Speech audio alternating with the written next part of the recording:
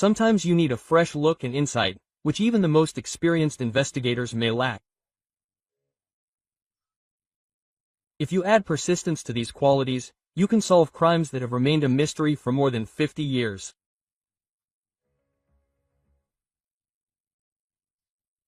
In the winter of 1956, 20-year-old John Jepson married the love of his life, 18-year-old Barbara Jean, who was 4 months pregnant. The young man was an Air National Guard soldier stationed in the San Fernando Valley, California, USA. Barbara was a beautiful, sweet and loving girl whom John met in high school. They dated for a long time. The couple had a very warm relationship, but the young people were in no hurry to get married, as the girl's parents did not want her to get married before she came of age. After the wedding, everything went well. They enjoyed each other and were looking forward to the addition to the family. John worked a lot, and his wife became a housewife. At least, that's what she planned before the baby was born.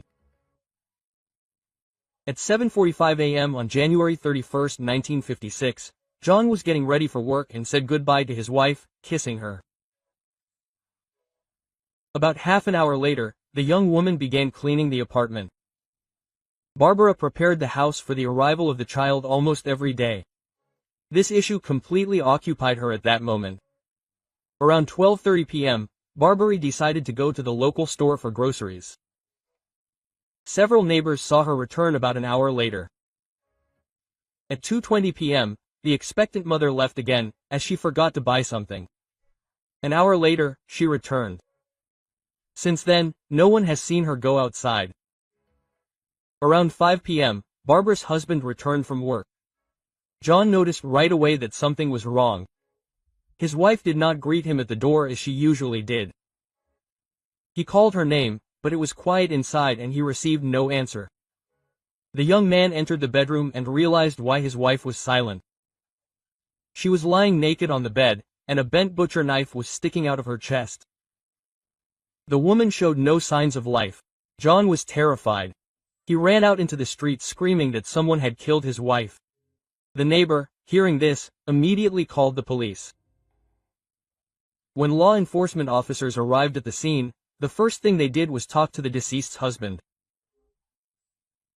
It was obvious that the person who killed her knew her, since no signs of a break-in were found. The young woman voluntarily let him in.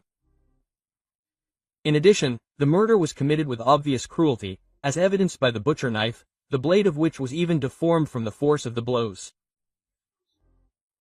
The criminal hit Barbara in the chest and upper neck so precisely and hard as to deprive her of any chance of survival.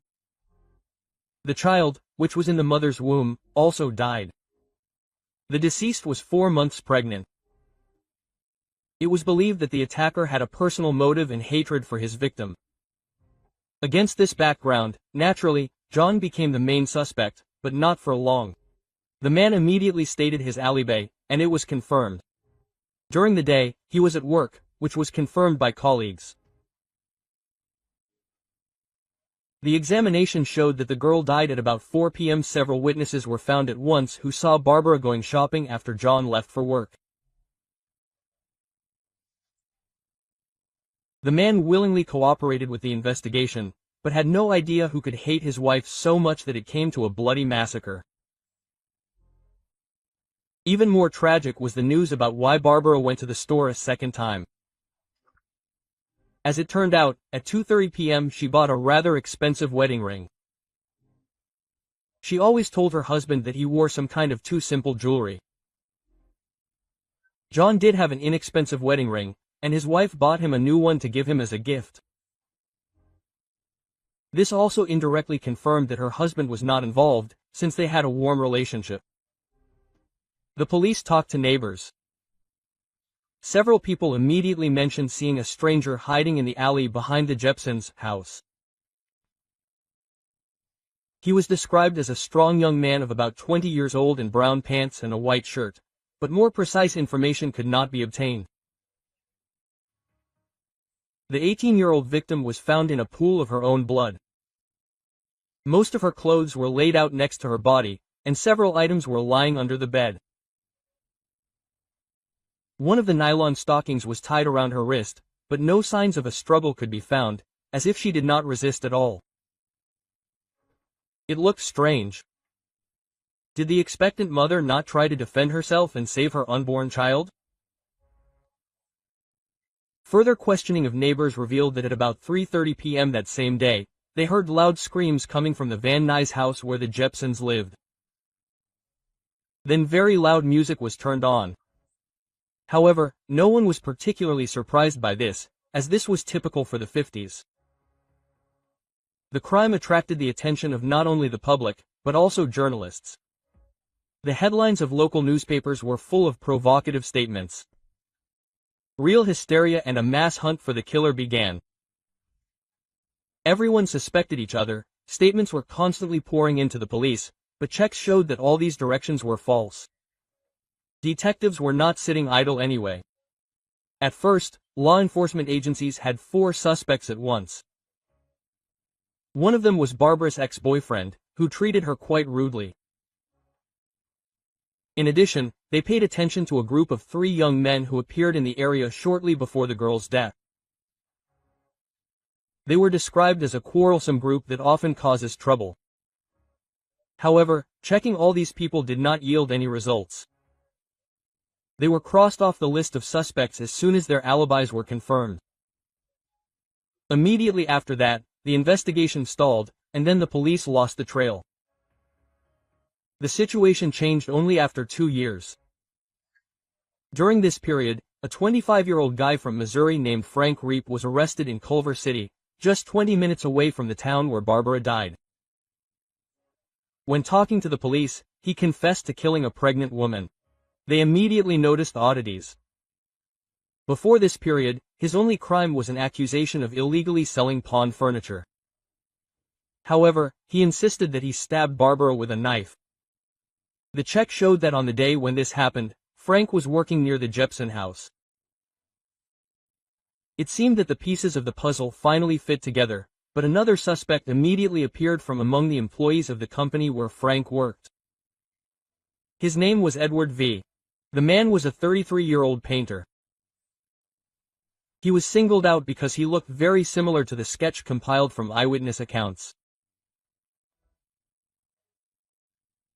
However, further investigation revealed that he was innocent, even though Edward V. had a criminal record for the unrelated kidnapping, rape, and murder of another woman.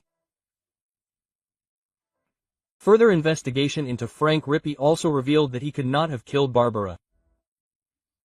The pieces of the puzzle began to fall into place when he began giving statements that did not match the facts found at the crime scene.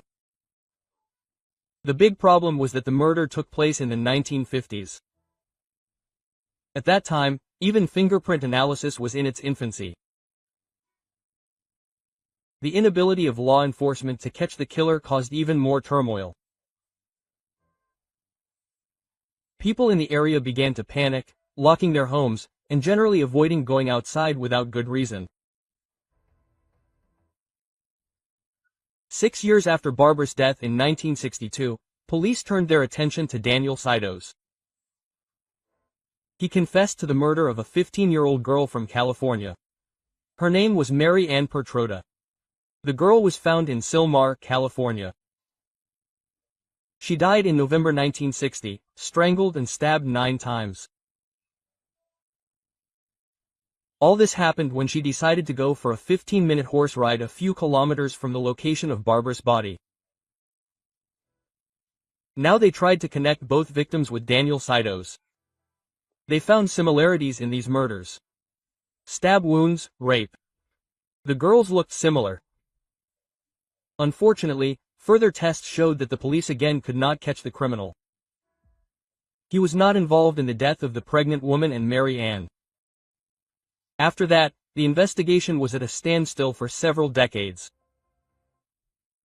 The situation changed only after the advent of innovative techniques, including genetic genealogy. However, even they did not play a key role in solving the mystery of these deaths. Barbara Jepson's case fell into the hands of an experienced Los Angeles police detective named Rachel Evans. At the time of the massacre, she was not even born yet, but in 2018, a female detective looked at the case materials. At that time, Rachel was already determined to bring this case to its logical conclusion and identify the criminal.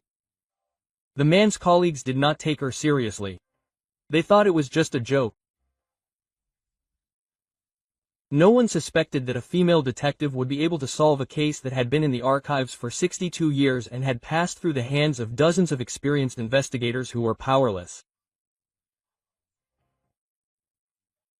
It all began when Rachel Evans joined one of the Los Angeles police cold case units. She was a rookie in the homicide department, but before that she worked on robberies. The investigation of Barbara Jepson's murder was her first assignment and, in a way, career growth. She got into the department with 3 veterans who were preparing to retire, and she turned out to be the only woman. She was not accepted with open arms, so the woman faced sexism and ridicule. No one took her seriously as a full-fledged detective. When the new girl first joined the company, she was given a cold shoulder. They handed her the oldest case in the San Fernando Valley, as the detectives put it, and simply continued with their work. Of course, they had already carefully examined the case file, tried to solve it, but to no avail.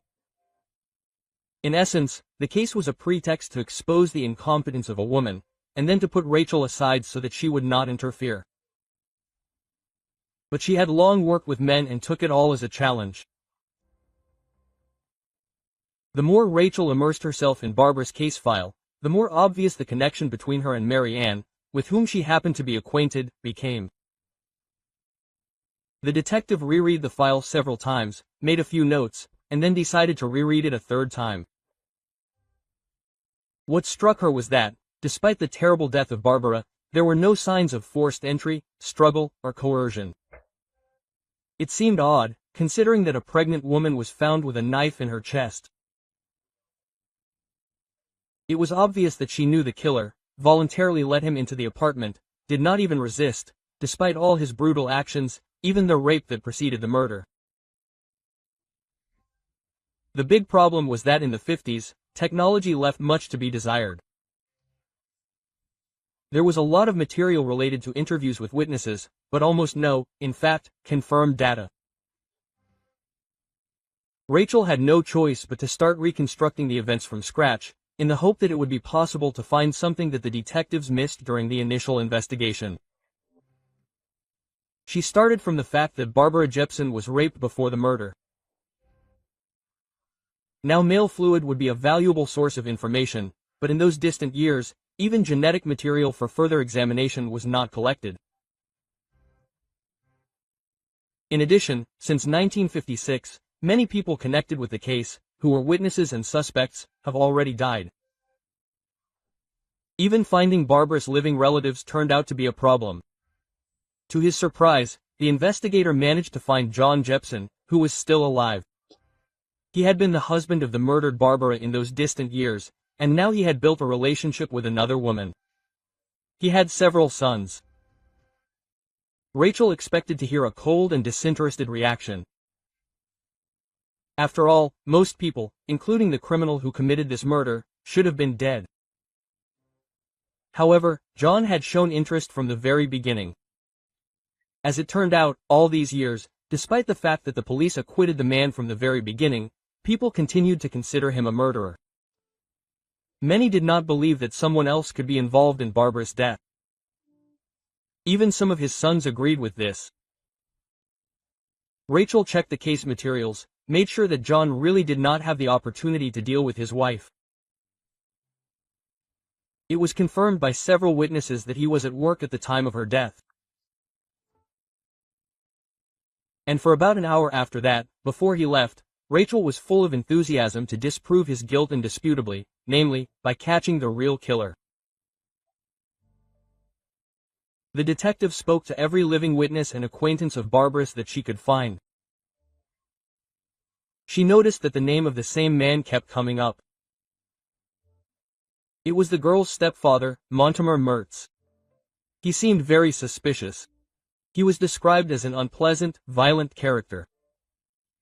People spoke of him as a compulsive gambler, a child molester, cruel to animals, a womanizer, and a violent alcoholic. Monta seemed like a suitable suspect for the murder. Montemertz came into Barbara Jepson's life when she was only 10 years old. He married her mother, Fern Spiva. At this time, they lived in the San Fernando Valley. In 1948, he met Fern, and their relationship developed very quickly. She became his fifth wife. Rachel even managed to find several other wives who described Monta as a very violent man. The detective immediately noticed that he married women who had young daughters. Therefore, suspicions arose that this was no simple coincidence. The worst assumptions were quickly confirmed. He chose his wives in order to corrupt their daughters. The more the detective found out about the details of Montarz's life and character, the more threatening he seemed. His psychological profile resembled a real serial killer. The detective was able to find several witnesses who, according to her assumption, could have suffered at the hands of Monty, and they confirmed this. At the same time, even now, more than half a century later, women spoke about this man with great reluctance and even fear. He seemed so frightening and cruel that all his victims simply kept silent, because they were afraid together. According to them, Monty constantly pestered girls, young women, harassed them. The most valuable source of information for the detective was one of Monty's many stepdaughters. She went to the police only after the death of her stepfather. Before that, she was afraid to talk about what happened. This witness remembered Montemertz returning home the day Mary Ann was found. He was holding a bloody knife and his clothes were splattered with blood. The daughter said that Monta knew Mary Ann. They rode horses together. Their family's stables were located nearby. Curiously, in 1965, when the investigation into the deaths of Barbara and Mary Ann was reopened, detectives spoke with Montemertz about both murders. However, no hard evidence was found to directly tie the man to either case. Rachel felt she was on the right track. She found two more cousins of Mary Ann's, ages 10 and 11 at the time. Both lived near Monty's home. They all immediately stated that they believed in the man's guilt. They also confirmed the dark image of the man who had become known for his many crimes. The cousins suspected that he was up to something cruel, but like the others, they were intimidated and did not have any hard information. Rachel learned that Montemertz was arrested for child molestation in 1964. He was on trial until 1965. There was insufficient evidence, so he was not even sent to prison. It was during this period that he was questioned about Barbara and Mary Ann, since their handwriting was very similar. But the suspect denied involvement in the murders. Even when detectives put pressure on him, he did not crack. However, he attracted significant attention from law enforcement and the public, which played a decisive role in how his fate ended. The detective hoped to get even more information, so she decided to follow Montemertz's life. As it turned out, at the time of this reinvestigation, the man had been dead for more than 50 years.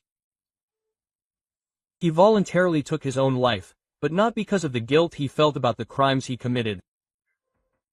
At that time, in 1965, he was already married to Ina, his fifth wife. He started having problems with the law. The woman took a closer look at him and became suspicious of him.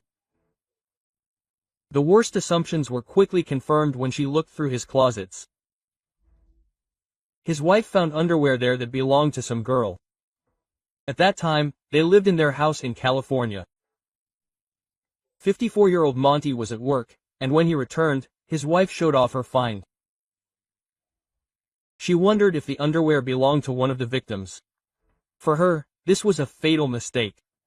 The couple began a conflict, during which Monty took a gun. His wife ran out into the street, trying to save herself, but he caught up with her and shot her point blank. Neighbors heard what was happening and called the police. When law enforcement officers arrived at the scene, everything was quiet. They found a murdered woman in the street, then entered the house with guns drawn, believing that Monty was still there and could be armed. However, when they got to the bedroom, they saw a man on the bed with a bullet in the head. He had voluntarily taken his own life, realizing that he would soon be exposed. This became circumstantial evidence that he was indeed involved in the murders. The underwear that his wife found in the closet was identified by Mary Ann's parents. There was enough circumstantial evidence to link Monty to these crimes, but nothing irrefutable that could confirm these suspicions was found. For this reason, the cases were never opened. Despite this, Rachel still wanted to close both. The investigator began collecting all the available information related to Monty. It was possible to find the result of his polygraph test, recorded on July 20, 1964. His results were ambiguous. At first, the man denied knowing Barbara at all, although this was an obvious lie, because she was his stepdaughter. But then, during the conversation, he revealed that he had been to her funeral and had lived with her mother. They also found a rape report filed by one of the victims that same year. Just the day before the lie detector test, he had come to the attention of the police. This time, things looked serious. Naturally, this was only the beginning of the gathering of circumstantial evidence. Then Rachel began to study the photographs taken at the scenes of the murders of Barbara and Mary Ann. She managed to notice a bloody rag that the detectives of 1956 found in the bathroom sink in the Jepsons' apartment. It, like the bloody pillowcase from the bedroom, was not collected as evidence. It seemed like they could be a good source of DNA that could now be collected and tested. But this important piece of evidence eluded Rachel. To her great indignation, in the 50s there was not even a hint of DNA profiling. Only what could contain fingerprints was collected. However, the analysis of the evidence was not in vain. A mention of a jacket that was covered in blood was found. It was written in passing in a report. It turned out that this item of clothing was found in the garage under the Jepsons' apartment. None of the locals could identify it. After that, an assumption was made that it was the one the killer was wearing when he dealt with the girl. The detective did not have much hope, but this jacket was taken away, and it was still in the archive even after 60 years. This turned out to be a huge success. Finally, there was a chance to get at least some source of DNA to analyze and compare the genetic profile of the criminal. Rachel was counting on hairs with follicles, sweat or blood of the criminal, who could have been injured when wielding a knife. Again, obstacles appeared. Montemertz's DNA sample was not in the police database. At the time he appeared in court, there were no databases with criminal profiles, even with the advent of advanced technology. No one paid attention to Barbara's murder. This meant that getting the profile from the jacket was not enough. They also needed a 100% confirmed profile of Monty, which they could compare the sample from the jacket to. There were several ways to do this. They even seriously considered exhuming Montemertz's body to get his profile. But Rachel decided that there was a slightly different way to close the case. The easiest of them required finding living relatives of the man. He had a son and a daughter, as well as grandchildren. The suspect's children were over 80 years old. Both lived in Utah. Until the very end, they believed that their father had died in a car accident. As his relatives told them, Rachel tried to contact her daughter, hoping for a response to these delicate issues, but to her horror, she discovered that the elderly woman had died only a year before the reinvestigation was initiated. Fortunately, his son, who was 84 years old, was still alive. Rachel arranged an appointment with him to take a DNA sample for analysis. Unfortunately, the man was cold and uncooperative. The detective had done her homework before traveling to Utah and had managed to get a warrant from a judge. Now she traveled to another state and spoke with Montemertz's son. Naturally, she didn't want to make things worse, so she didn't tell the older man why they really needed his DNA profile. She explained that she was working on an unsolved crime and needed to rule out several suspects that genealogy had pointed to. It was a very subtle maneuver, since the state had its own laws. Obtaining samples for analysis could be a problem if the man didn't give his consent voluntarily. Rachel made it just in time. Just 2 weeks after this meeting and obtaining the sample, Monty Mertz's last known child died of old age. The detective was confident that she would now be able to close the case, so the real blow to her was the report from the lab that analyzed the jacket. The experts concluded that there was not enough material on it to create a full profile of the criminal. All of this was collected and sent back to the archive in the hope that after some time, other technologies would appear that would not need a large number of DNA sources to compile a profile. According to statistics, serious breakthroughs in forensic science occur every 5 years. The detective was ready to give up and just wait. However, the persistence with which she approached the case and the successes she achieved impressed many. Now she received support from colleagues who previously did not believe that she would succeed. After analyzing all the available data, the Los Angeles Police Department came to the conclusion that Rachel Evans, after many years of work, had collected enough evidence. Despite the indirectness of the evidence, it was decided with 99% certainty that it was Monty Mertz who dealt with Barbara Jepson and the unborn child. According to state law, this was considered another murder. On this basis, the cases of the murder of Barbara and Mary Ann were officially closed. This success also became a great relief for Barbara's husband, as he continued to live with the stigma that the locals had placed on him for many decades.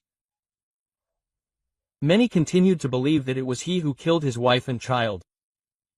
As it turned out, his mother tried to clear her son's good name until her death.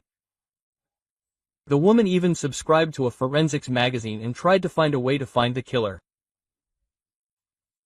John said that she suspected Monty, planned to contact the police, but she never managed to collect enough evidence. Even her son tried to calm her down so that his mother would stop doing this. But the woman was too serious. She planned to hire a private detective, but she did not have time to do this because she died. Now that Rachel Evans has officially stated that John Jepson is 100% innocent of the death of his wife and child, all family members thanked her.